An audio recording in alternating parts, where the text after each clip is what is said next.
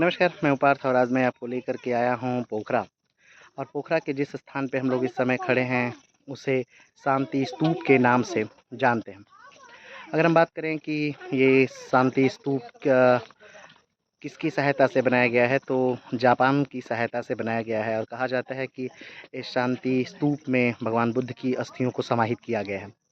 जैसा कि आप जानते हैं कि 483 ईस्वी पूर्व महात्मा गौतम बुद्ध का, या हम कहें कि शाक्य मुनि का की मृत्यु हुई थी। और उनकी मृत्यु के बाद लगभग एक युद्ध सा छिड़ गया था पूरे एशियाई उपमहाद्वीप में उनकी अस्थियों को पाने के लिए। लेकिन द्रोण नामक एक ब्राह्मण ने उसमें हस्तक्षेप किया और उस युद्ध को रोका, और उनकी अस्थियों को 8 भागों में बांटा गया और उन 8 भागों को अलग-अलग लोगों को दे दिया गया। और उसके बाद उन स्तूपों का निर्माण किया गया। आज भी बौद्ध धर्म में एक मान्यता है कि जब भी ये स्तूप बनाए जाते हैं, तो किसी न किसी बौद्ध के अस्थियों के ऊपर, किसी न किसी प्रसिद्ध बौद्ध की अस्थियों के ऊपर ही बनाए जाते हैं। कहा जाता है कि बुद्ध की मृत्यु के बाद जब पहली बौद्ध संगति हुई, उसके बाद कुल दूसरी बौद्ध संगति हुई, फिर तीसरी बौद्ध संगति हुई। 483 में पहली बौद्ध संगति हुई थी उनकी मृत्यु के समय में, फिर 383 में, फिर 100 ईस्वी में लगभग 4 बौद्ध संगतियाँ हुई थी। और जब भी एक बौद्ध संगति हुई, तो कोई न कोई एक बौद्ध परिवर्तन जो है वो किया गया। अगर हम बात करें कि एक बौद्ध संगति जो हुई थी वो अशोक के समय में हुई थी, और अशोक ने उस बौद्ध संगति के बाद कहा जाता है कि 84,000 स्तूपों का निर्माण करवाया था पूरे भारतवर्ष में। भारत में ही नहीं, भारत, पाकिस्तान, वर्तमान में अफ़गानिस्तान में भी कुल 84,000 स्तूपों का निर्माण करवाया।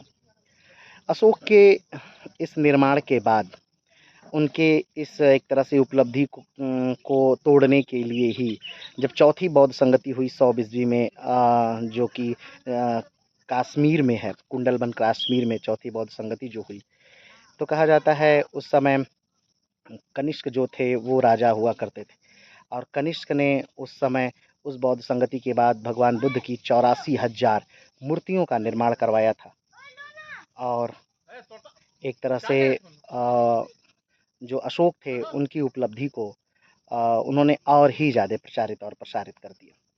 तो बुद्ध की विकास का या बुद्ध के चारों तरफ फैलाव का मूल कारण जो था वो ये रहा कि जो मौर्य वंश था, उस समय का सबसे शक्तिशाली वंश जो मौर्य वंश था, उसने बौद्ध धर्म अपना लिया।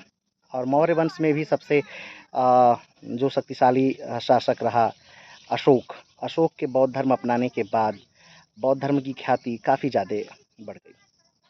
अगर हम बात करें कि जब कनिष्क का शासनकाल आया या कुषाण वंश का शासनकाल आया, तो कनिष्क के बौद्ध धर्म अपनाने के बाद बौद्धों की ख्याति में 4 चाँद और लग जाते हैं। चलिए, ये बौद्धों का एक तरह से कालक्रम रहा, विकास रहा। बुद्ध ने, कहा जाता है, अपनी माँ को भी उपदेश दिया। प्रथम बौद्ध भिक्षुणी बुद्ध की माँ ही थीं। बुद्ध का पूरा परिवार ही लगभग बौद्धिस्ट हो गया। बुद्ध का जो जन्म हुआ वो लुम्बिनी नेपाल, इसी नेपाल में ही हुआ, लुम्बिनी में, जो कि मैदानी क्षेत्र में पड़ता है। जो मात्र सिद्धार्थनगर डिस्ट्रिक्ट, जो कि उत्तर प्रदेश इंडिया में पड़ता है, उससे 10 किलोमीटर की दूरी पर लुम्बिनी नेपाल है, वहीं जन्म हुआ था। और वहीं बगल में कपिलवस्तु जो था वो बुद्ध का घर हुआ करता था। कहा जाता है कि पहला उपदेश जो थे बुद्ध ने वो सारनाथ, वाराणसी, उत्तर प्रदेश, इंडिया में दिया था। और जो उन्हें ज्ञान की प्राप्ति हुई थी वो बोध गया, बिहार में प्राप्त हुई थी, भारत में ही।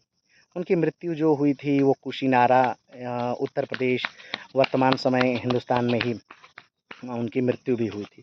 लेकिन समय के साथ बौद्ध काफ़ी प्रसिद्ध हुए। लेकिन अगर देखा जाए तो बुद्ध का जो विकास था वो हिंदुस्तान में कम हुआ।